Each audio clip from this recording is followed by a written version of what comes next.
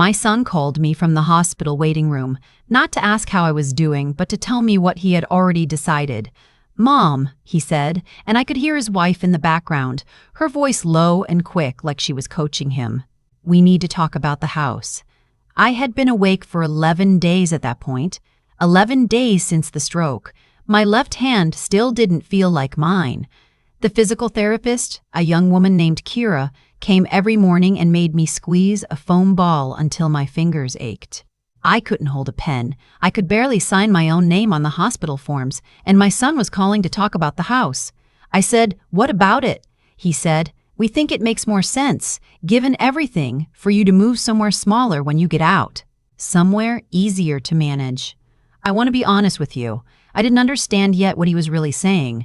I thought he was being practical. I thought this was concern. My son, my only boy, whom I had raised alone from the time he was 9 years old after his father walked out and never looked back.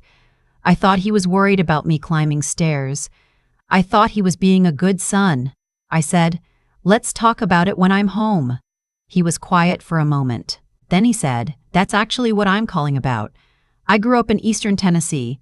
My mother cleaned houses and my father drove a delivery truck, and we were not people who talked about money at the dinner table because there was nothing much to say. What I knew about survival. I learned from watching my mother stretch a pound of ground beef into 4 meals and never once complain about it. When I was 23, I married a man who made promises he couldn't keep, and when I was 31, I was alone with a 9-year-old boy and a set of secondhand furniture in a 2-bedroom apartment in Knoxville. I worked as a bookkeeper for a heating and cooling company for 19 years. I was good at it. I was careful with money in the way that people are careful when they know what it feels like to have none. By the time my son was in college, I had saved enough to put a down payment on a house. Not a grand house. A 3-bedroom craftsman on a 1/4 acre in a quiet neighborhood in West Knoxville, with a covered porch and a kitchen that got afternoon light. I paid that mortgage every month for 16 years. I painted every room myself. I put in the garden. I replaced the water heater, the roof, the kitchen faucets. Every inch of that house had my fingerprints on it. I retired at 64. The house was paid off. I had my savings, my pension from the company, and my Social Security. I wasn't wealthy, but I was stable in a way I had worked my entire adult life to become. My son lived 40 minutes away with his wife. They had been married for 6 years. I want to be fair here. I will try to be fair, but I had known from the beginning that his wife was a woman who measured everything. She measured what people gave and what they kept. She measured distance. She measured time. She measured my house. Her parents lived in Ohio, and they had been talking for 2 years about moving closer to her. I knew this. My son had mentioned it more than once. What I did not know, what I had no idea about, was that they had been looking at my house as the answer to that problem. The stroke happened on a Tuesday in February. I was making coffee. I remember the mug. It was the one with the bluebird on it that my neighbor Wanda had given me for Christmas. I remember reaching for it and then not reaching for it. And then I was on the kitchen floor, and the coffee was everywhere, and I couldn't get up. The neighbor across the street, a retired mailman named Jim, saw my car in the driveway at 2 in the afternoon and knew something was wrong because I always ran errands on Tuesday afternoons. He knocked. When no one answered, he called 911. I owe that man more than I can say. I was in the hospital for 9 weeks.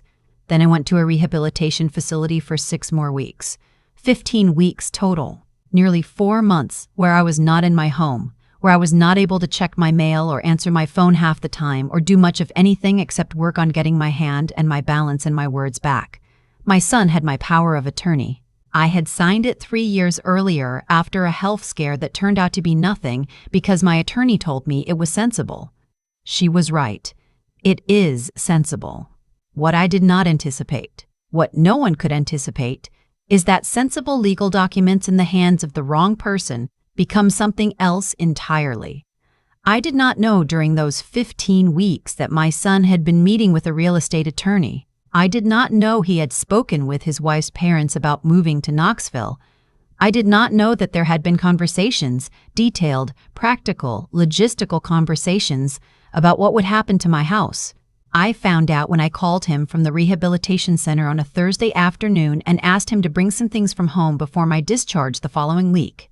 Some clothes, my reading glasses, the small framed photo of my mother that I kept on my nightstand. That was when he told me he had already changed the address on my mail, that the house had been, he used the phrase, rearranged, that his in-laws had been staying there for the past 3 weeks.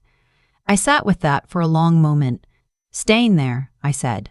"Mom, we really thought, the doctor said there was a chance you might not." "I'm coming home on Tuesday," I said. Another silence.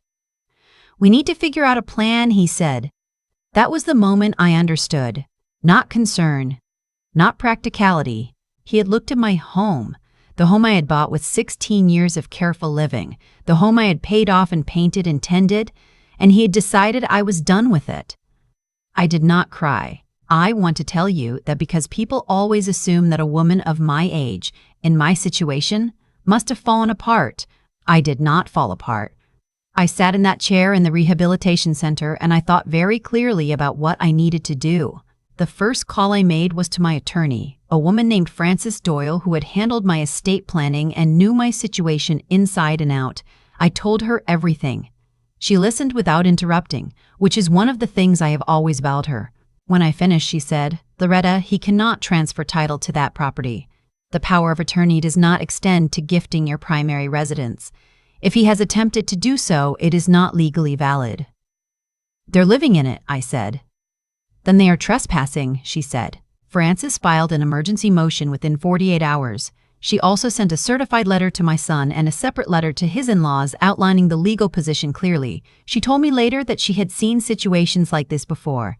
Not often, but enough. Adult children who confuse power of attorney with ownership, who mistake a parent's vulnerability for permission. I was discharged on a Tuesday morning as planned. My neighbor Jim picked me up because I had asked him to the week before, and he did not ask questions, just drove me home in his old Buick with the heat turned up high because he knew February in Knoxville is no joke. When we pulled up to my house, I saw her mother's car in the driveway, a silver sedan with Ohio plates. There were curtains in the front window that I did not recognize.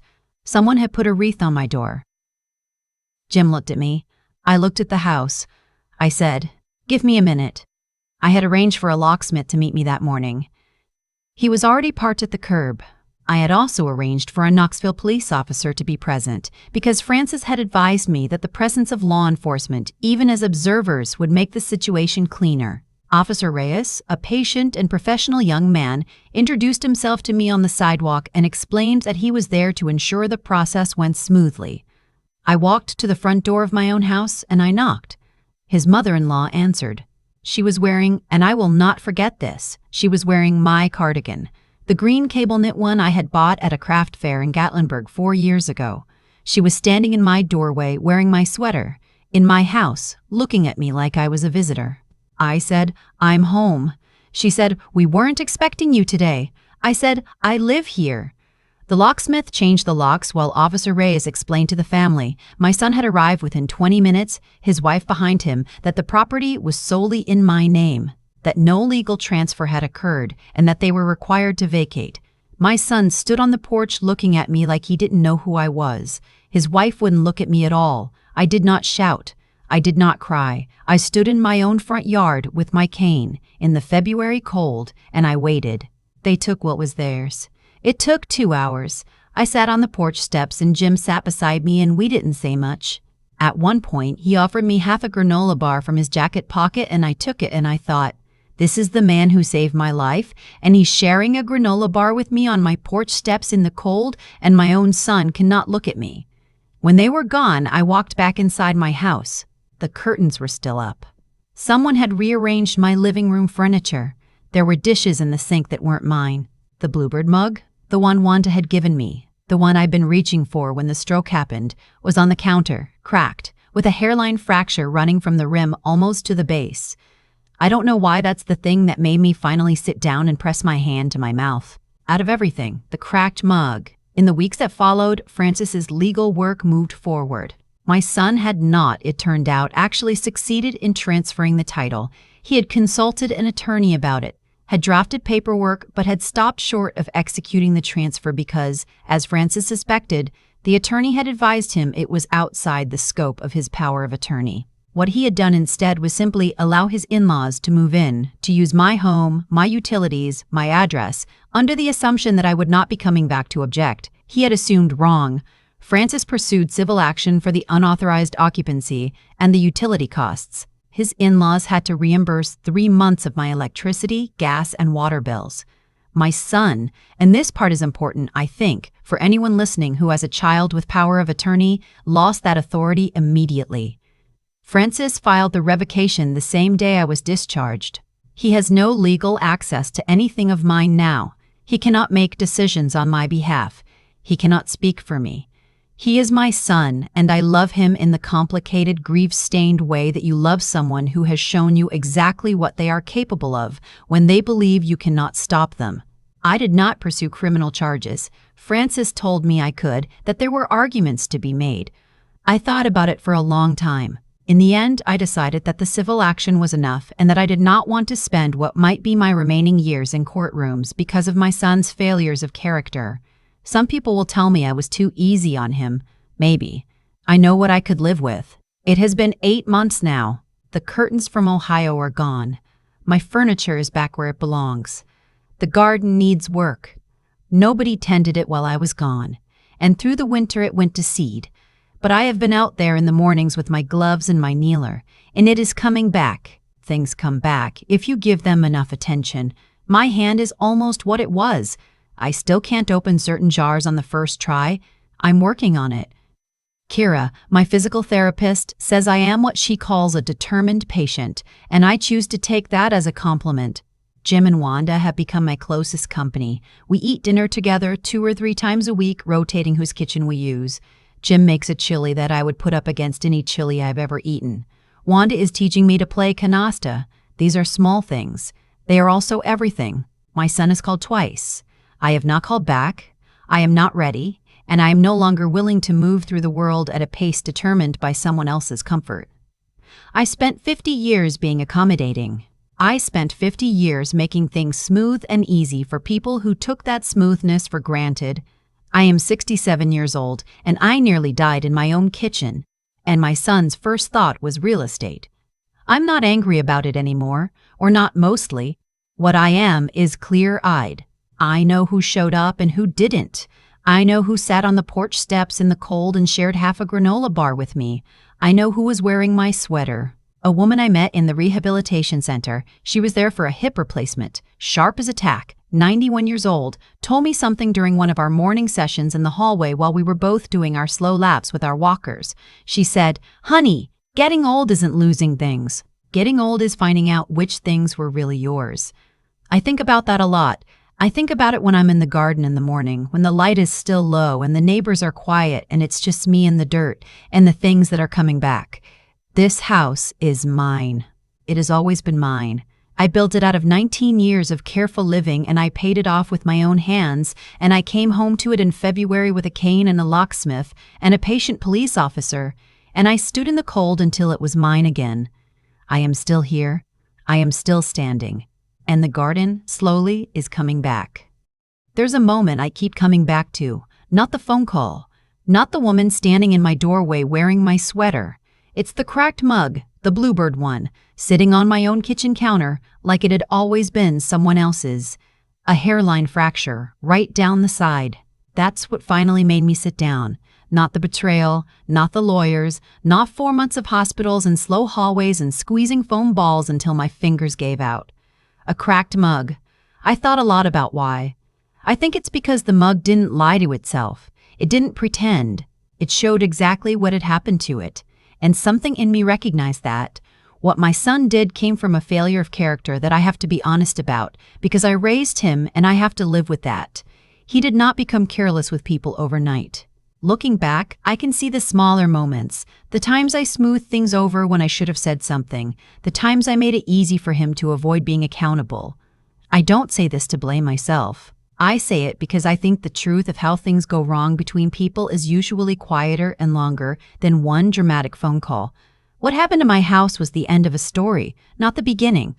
And what happened after? Francis filing the motion, Officer Reyes standing patient and steady on the sidewalk, the locks turning over. That wasn't luck. I had spent 35 years being careful. Careful with money, careful with my choices, careful to know who I trusted with my legal affairs. When the moment came that required all of that to matter, it mattered. The groundwork I had laid in ordinary, undramatic years is what protected me when someone I loved decided I was finished. That's not fate. That's what it looks like when a person has spent a lifetime thinking clearly about what might be needed. And then there is Jim, a retired mailman who noticed my car in the driveway on a Tuesday afternoon, who shared half a granola bar with me on my own porch steps in February and didn't say a word about it being cold. I think about what kind of person pays that kind of quiet attention to a neighbor. I think about what it costs to be that person, not in money or time really, but in the willingness to stay present to other people's lives without being asked. Jim didn't save me because he was trying to be a hero. He saved me because he was paying attention, because he had the basic human decency to act on what he noticed. Those three things: the careful living, the clear thinking, the refusal to quit when I had every reason to. That's what the story is really about. Not the stroke, not the sun, not the house. The house was just the thing that made it visible. I'm 67 years old and I came home with a cane and I took back what was mine. I don't think I'm remarkable for that. I think I'm just someone who didn't stop. And I think I have to believe that not stopping is available to most of us if we've spent enough years practicing it in the small moments before the large ones arrive. The garden is coming back. It is slow and it is imperfect, and some things did not survive the winter. But enough did. Enough always does if you show up and do the work.